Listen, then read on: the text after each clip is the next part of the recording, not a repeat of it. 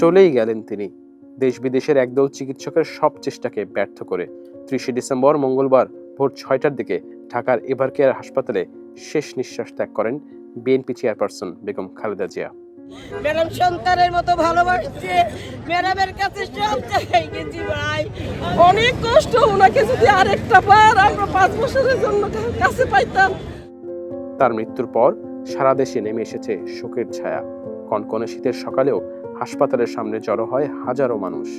দেশের বিভিন্ন জেলা থেকে আসা এই মানুষগুলো শোকে কাতর।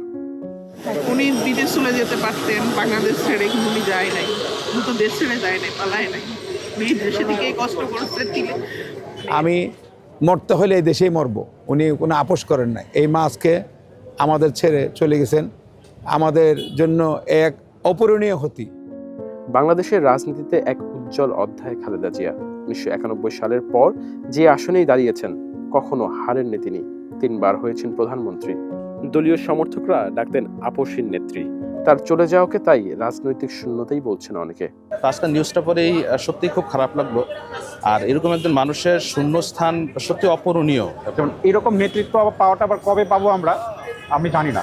আমি তাকে হয়তো বা কখনো ক্ষমতায় দেখিনি, কিন্তু তার প্রতি যে একটা ভালোবাসা, তার যে বিহেভিয়ারের কারণে সে যে মানুষের কাছে ভালোবাসা পেয়েছে, এটাই আসলে আমার মনে হয় কি তার জন্য অনেক বড় পাওয়া। খালেদা জিয়ার মৃত্যু স্পর্শ করেছে সব প্রজন্মকেই। একজন আটপৌরে গৃহবধূ থেকে যেভাবে নেতৃত্বে উঠে এসেছেন, সেই যাত্রাপথ বাংলাদেশের রাজনীতির এক অধ্যায় বটে।